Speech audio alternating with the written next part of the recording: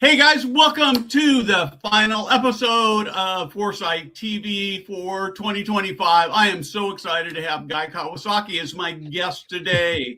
I am a total fanboy of what he does. He's the chief evangelist for Canva, host of the Remarkable People podcast with more than 300 episodes. Is that right?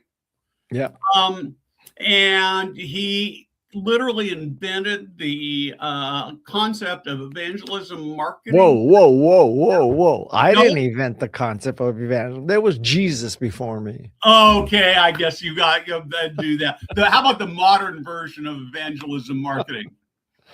He's written 16 books, and what I love your passion. I mean, at 60, you took up surfing. So you could go do things with your daughter, and you did that with hockey. And you've got this really fascinating sort of parenting philosophy of rather than trying to steer your kids in a direction, you just chase what your kids are doing. So I am so excited about that. Let's actually start with this. Oh, actually, I forgot already. Before we get started, this.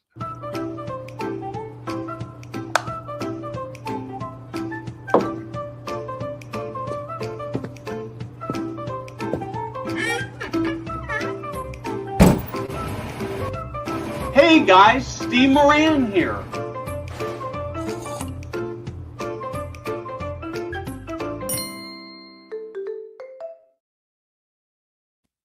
So when I invited you, I promised you a first question, and it's actually going to be my second question because I want to start with this first question.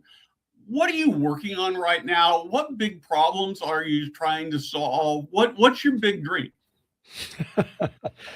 Well, right now, I am in the final process of finishing my next book. My next book will be out on January 28th, 2026, which is Data Privacy Day. So we're in proofreading, and, you got to approve these changes, approve these fixes. You got to make these last minute decisions. So that's my current hot project right now. And what's the book about? It's about... Can we ask? Was that a secret? No. I have no secrets in my life. When a famous author once was asked, "What's your book about?"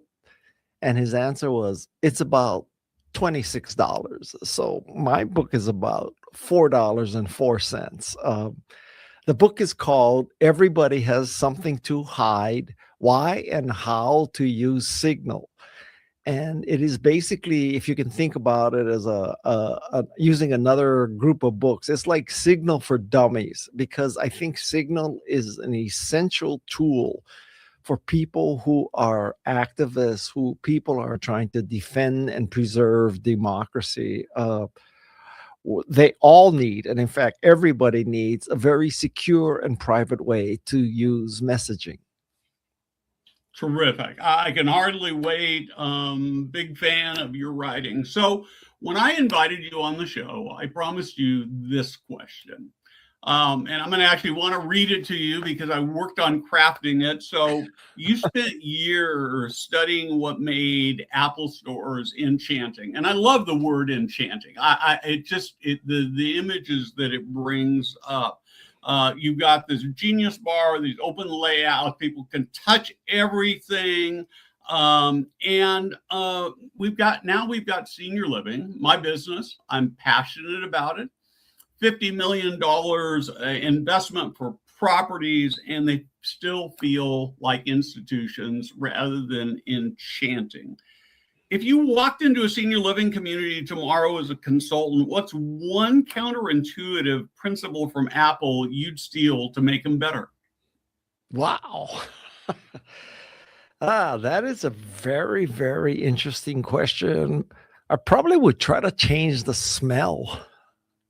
Okay. It seems to me like when you walk in, I have lost both my parents, but, I walked into a lot of places, and he was in a nursing home and hospice and all that. I think it's the smell that first captures you. So would you put in a smell machine? There are these companies that crank out scents of anything you want, or would you just put a kitchen in? I don't know how you would do it. And for all I know, it's not possible because, you need certain kinds of chemicals to be there. But Yeah. that is one of my strongest memories about the smell. So yeah. That is really fascinating. So the industry is in like this really interesting place because of demographics. Occupancy is going way up. So people are sort of feeling better about the economics, and yet when you come right down to it, it's still the choice of last resort for people who are getting older. You go to senior living when you can't. And one of the things that you've said that really resonated as I was prepping for this is that you can't evangelize crap. And I love that topic. I'm probably going to get myself in trouble with the industry here since that's my audience, but it really, right. You can't fake enthusiasm, right? Right. And so I guess the question I'm really struggling with is, as you look at it, I mean, you're sort of an outsider, which makes this really good, right? Do you feel like when you look at senior living that we're selling crap and trying to make it smell like caviar, or what do we do with that? Well, I honestly can't tell you I know what caviar smells like, but I mean, just a lot of it is just empathy that you appreciate what both the resident is going through as well as the caretaker and the parents. So yeah, so put yourself in the way of the patient. Like I don't know, go sleep in the bed, go sit in the wheelchair. I don't know, go play bingo, whatever they do, and also look at it through the eyes of a family visiting the person. I think that's very important. I'll give you a metaphorical story. So I had a friend who is a marketing expert, and he was retained by a large pharmaceutical company. And that company said they wanted to get, quote, closer to the customer, which is code word for let's hire McKinsey and we'll pay them $5 million to tell us that we, are doing this and need to do that. Well, instead, he took the executives of that company, he put them in a room, he gave them straws, and he said, I want you to breathe through these straws for the next 10 minutes. And after that, he said, well, you said you wanted to get closer to the customer. Many of your customers have asthma. I made you breathe through a straw because that is a simulation of what it's like to have asthma, breathing through a straw your whole life, every day, every minute. And so what is the equivalent of breathing through a straw for your industry? I think that would be a very powerful exercise. Yeah, I think that is an excellent question. One of the things, and I've written an article about this that we'll publish in the next couple of weeks, is that we have many executives who spend a lot of time talking about how wonderful senior living is, how it's a great lifestyle choice. But when you look at the executives who are aging and retiring out of the business, I can think of, there may be a couple others, but I can name one of them that's actually moved into a senior living community as a lifestyle choice. So it's a very interesting question. I guess the question that I want to go a little deeper on this brand evangelism. So as I understand it, being an evangelist is really to get your customers to be the evangelist, and that as the chief, you're just sort of leading the charge. Is that fair? Yeah, that is fair. Now, to back up a second, the word evangelism comes from a Greek term, and the Greek term means bringing the good news. So what an evangelist does is bring the good news. I brought the good news of Macintosh, how it made people more creative and productive. I am currently the chief evangelist of Canva, and Canva's good news is that it makes you into a better communicator, and it really has democratized graphic design. So, if you want to be an evangelist for senior living, you have to bring the good news of what your facility has. And for you to bring the good news of your facility, you got to have good news. So, this is called Guy's Golden Touch. And Guy's Golden Touch is not that I can touch anything and turn it to gold. Guy's Golden Touch is whatever is gold, Guy touches. So I'm telling you to create gold, and then evangelism is easy. So I really love this, and I think one of the reasons, as I was thinking about this and prepping this, is that for at least parts of the senior living industry, the gold is as much for the families as it is for the resident. I'm Yeah. uh, I'm caring for my stepfather who's in a senior living community. Honestly, he'd rather be at my house. We can't take care of him, and it solves huge problems for us. And so maybe we're actually looking for gold in the wrong place. Wow. I mean, it's I gotta believe that every case is different, right? I mean, it would be I think it would be underplaying the severity and the complexity of the problem to say, yeah, this is the single solution for it. I mean, there's different medical needs, there's different emotional needs, and that's the patient side. On the other side, the family, who knows what they're dealing with? Can they handle 3 generations in one house? I mean, it is not an easy discussion. It is not. Talk to me a little. I'd like to go a little deeper into being what a chief evangelist means. What do you do as a chief evangelist? Well, your chief evangelist is primarily outward focused, and it is trying to bring the good news of your product or your service. And you would like to get people to believe as much in your product or service as you do. So in your case, it would be great if your chief evangelist, evangelized this facility, and this facility was truly very good for the family and very good for the patient or the resident.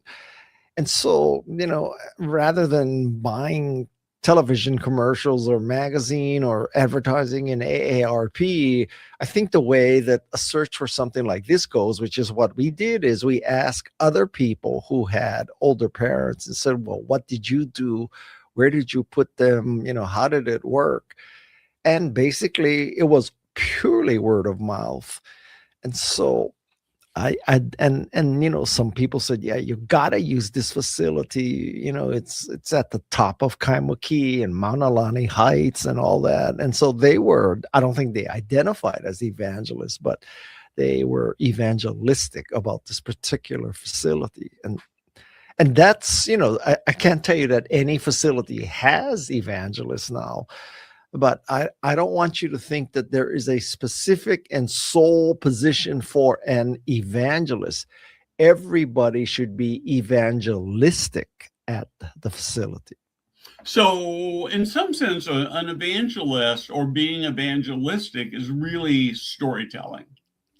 It is storytelling, except, storytelling means different things to different people, right? So, uh, I don't want to give the impression that storytelling is the only way or the best way, because I believe in telling the truth, and there's a lot of storytelling that sort of, let's just say, shades the truth, but it should be true. Right. So it's true storytelling as opposed to just fantasy storytelling. Yes, yes. Yes, I love that. So I want to talk a little bit about leadership. You have talked about this sort of great paradox you had with Steve Jobs, and one of the most remarkable, brilliant business builders and a complete ass. Um, and I'm also, I've got like two people I fanboy on, you and Adam Grant. And so I send Adam and Grant, and he talks a lot about how the highest performing executives are empathetic and compassionate. And I'm looking at that, and then I look at Steve Jobs, and there have been some others who were like that, right? Who have just crushed it. And so my question to him and my question to you is, how do you reconcile that? You don't. Yeah. I mean, I can tell you that I would not use the word empathetic to describe Steve Jobs. And I am a huge, huge Steve Jobs fan. I also would hardly use the word empathetic to describe Elon Musk. And Elon Musk is arguably the most innovative and disruptive person, perhaps, in American industry. So yeah, so here's the danger when you have heroes like Elon Musk or Steve Jobs or something, and you're on the outside looking in, and you look at them and you say, well, he wears jeans, he wears New Balance running shoes, he has a black mock turtleneck, he drives a Porsche, he drives in the carpool lane by himself, he parks in the handicap slot. So I'm going to do all those things and I'm going to be the next Steve Jobs. And I hate to break it to you, but you're not going to be the next Steve Jobs.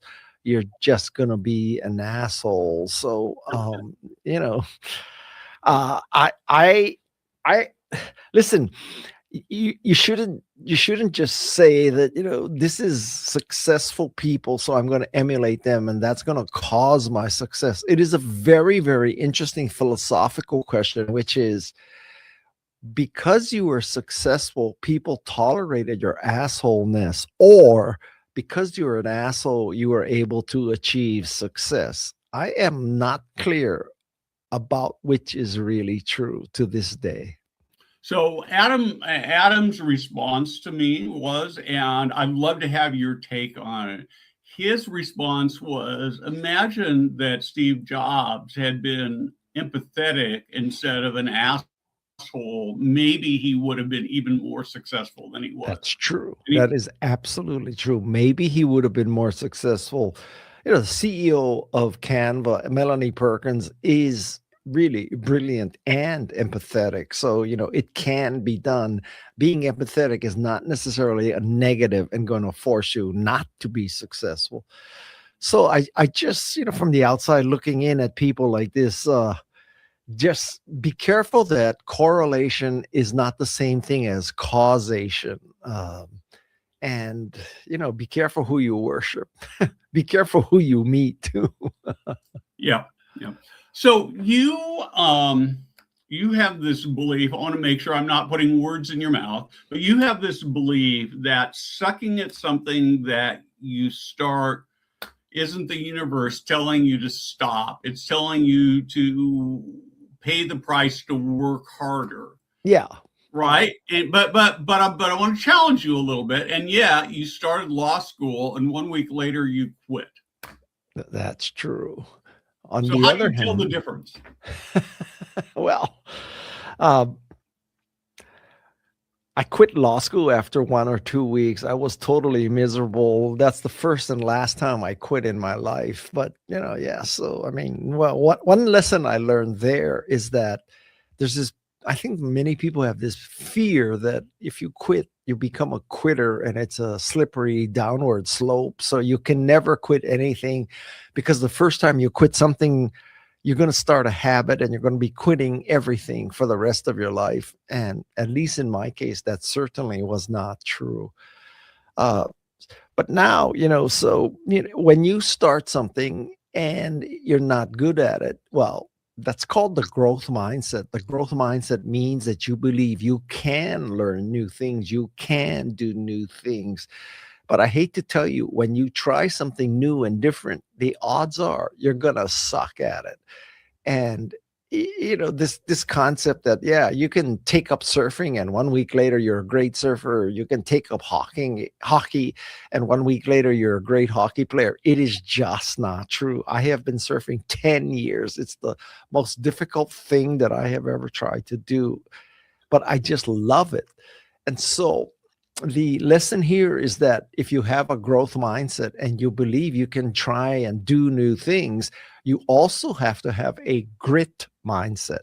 And the grit mindset means that you persevere in the face of defeat and in the face of losses, in the face of challenges, and the face of embarrassing moments. And in fact, I could build a case that is a very good test that you really love what you do, because anybody can love something that they're great at. You got to love something that you suck at, because if you love something that you suck at, you truly love it. Well, I love this. I have recently started taking golf seriously.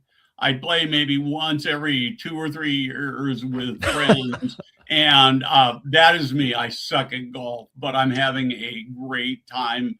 I was at Sea Ranch up north of San Francisco a few weeks ago, and they've got this course that was dilapidated that they reopened that's still pretty terrible. And I think I lost a dozen balls playing 18 holes, and I had the best time. So I love that. I love that. But Um, there's a saying in surfing that the best surfer is the one that's having the most fun. well, it's interesting. I was at a conference a few weeks ago in Huntington Beach where one of the optional activities was surfing lessons. And I thought, nah, I can't do that. And so I did something else. And now talking to you, I'm thinking, man, I should have gone out and tried that. I might have fallen in love. Well, I caution you that if you fall in love with surfing, it's going to overtake your mind and it's going to overtake your life. I mean, I surf almost every day, and if you think about surfing, so let's say you decide that you're going to surf at 10 o'clock. So you got to start prepping at 9:30. You get in the water at 10, you surf for 2 hours, you get out of the water, it takes another half hour. So if you surf, it probably takes, I would say, 3 to 4 hours per session. Now that's still a lot less than golf. And surfing, once you buy your surfboard and your wetsuit, is free. You're not paying $500 green fees. So yeah, surfing is Well, I'm not playing at a level where $500 green fees are on my playlist. I'm mostly playing at the little $20 9-hole pitch and putt around the corner, okay. and I can do that in an hour. So Okay. I love that. So your first job, as I understand it, was counting diamonds. Well, my very first job was to be a truck driver's assistant delivering lumber for houses. And my second job was really, I worked in the music library of Stanford when I went to Stanford. My third job was really counting diamonds. I was in the MBA program at UCLA. It's a 4-day a week program. I had Fridays off. I come from a poor family. So I got a part-time job literally counting diamonds. And what did you learn from that that still carries through to Oh, today? well. So listen, I was very good at counting diamonds. I got along with the family very well. So after I got my MBA, well, my friends were going to banks and investment banks and McKinsey and all those things. That I went to a small family-owned jewelry manufacturer in downtown LA, and I went into sales and marketing of fine jewelry. So we sold to retailers. We didn't sell to the end user. We sold to retailers. So we're the B2B part of jewelry. And selling jewelry to jewelry retailers is hand-to-hand combat. It was the best lesson for the rest of my life, is how to sell, how to build relationships, how to deal with rejection, how to persevere. All these things happen because I got the shit kicked out of me in the jewelry business. I love that. So you've called your current venture, Remarkable People, your best and most unappreciated work. You've interviewed 300 people, so many remarkable big names. Some people probably that hardly anybody has ever heard of. What makes it underappreciated, and how can I help you get it more Well, appreciated? I mean, as we say, don't cry for me, Argentina. But I truly do believe that this is the best work of my life, because it has taken the accumulation of about 70 years of wisdom in order to be a good podcaster. Because to be a good podcaster, you got to know what to ask, and then you have to have the courage to ask it. And I don't think that at 20 or 25, I would have known what to ask. Also, at 20 or 25, I don't think my bullshit detector was sufficiently in place to be a good podcaster. Now at 71, I know what to ask, and I have a very good bullshit detector. So I'm a better podcaster. Now, you specifically asked the question, well, why do you feel it's unappreciated? I feel it's unappreciated because I probably get, 15, 20, 25,000 listeners per episode. And then I look at people like Joe Rogan and I say, he gets 5 million and I get 25,000. There is no freaking way that his podcast is that much better than mine. Well, and I guess more importantly, from my perspective, is I'm not sure. Is it? I mean, I don't know whether this is fair to say this or not, but to listen to Joe Rogan is sort of like signing on so you can watch car wrecks or airplane crashes, as opposed to actually learning something that can make your life and the world better. Well, one would hope. I mean, I think I tried to listen to Joe Rogan a few times, and my God, it's like the first 2 hours is him ranting about stuff. And if you listen to my podcast, you will notice something that about 90% of the time, it is the guest talking. It is not Guy. This is not the name of the podcast is Remarkable People. It's not Remarkable Guy. So, when you have a guest like Neil deGrasse Tyson or Stephen Wolfram or Bob Cialdini or Angela Duckworth or Katie Milkman or Jane Goodall or Tony Fauci or, these kind of people, you want to give them a platform. You want to get the inspiration, information from them. It's not about you, trying to dominate the conversation and show that you're smarter than Tony Fauci, because you ain't smarter than Tony Fauci. Well, yesterday I was out walking my dog and I was listening to, I think, your most recent podcast that's been published with the Autodesk. Is that right? Yeah, Dara Tristan. Yeah, doing Dara. And as I was walking my dogs and I've got my earphone in and I've got my cell phone with me, there were like 3 things where I had to stop and record little notes to myself that I'll use to write articles off of. And so I will tell you that you are changing the entire senior living industry because you're inspiring me to write things. And my audience compared to yours is very, very tiny, but it's very nichey. And we make a difference in the industry. And so I suspect you're making a bigger impact than you possibly can imagine. Well, I got to tell you that I believe that one's life is divided into 3 pieces. The first part of your life, you learn. The second part of your life, you earn.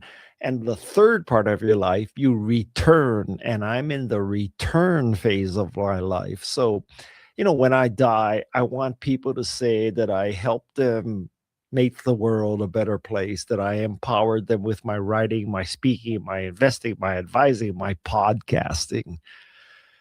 So that's what I want to be remembered as. I think a lot of people in Silicon Valley, you're seeing a lot of these tech bros, and from the outside looking in, you say, okay, so they want to be remembered for making crypto successful and ensuring that long-term capital gains was low.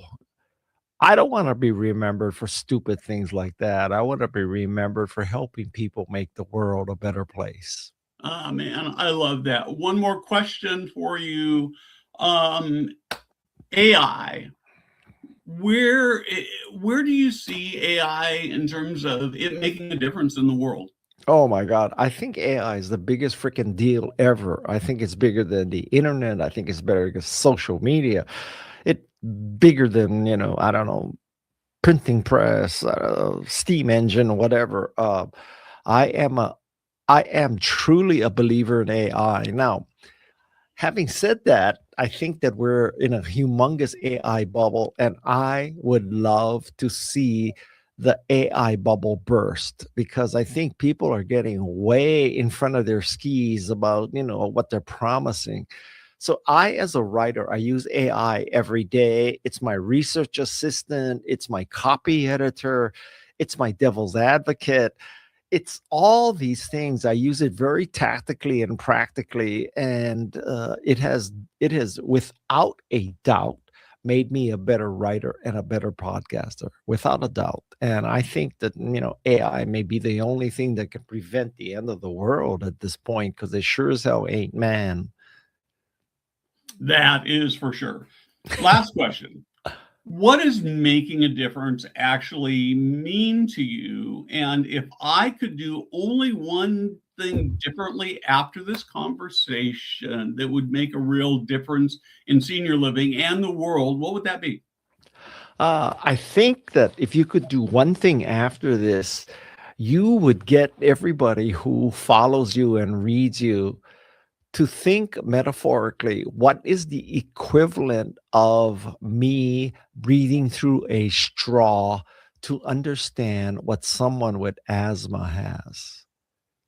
So if everybody could, just stop and say, all right, so I'm not a pharmaceutical company. I don't sell asthma medicine, but what is my equivalent of breathing through a straw? So maybe it's checking into a senior living facility for a weekend. Maybe it's trying to put on the gown that lets your ass hang out the back. I don't know what it is, but, figure out what is your equivalent of breathing through a straw. Guy, thank you so much for joining me. This has been a remarkable conversation. And I also want to say thanks to Jada in the background for producing this show. Yeah. And I hope you have a wonderful holiday as we go into the end of the year. Yeah, all the best to you and your listeners too. Thank you very much for having me as a guest.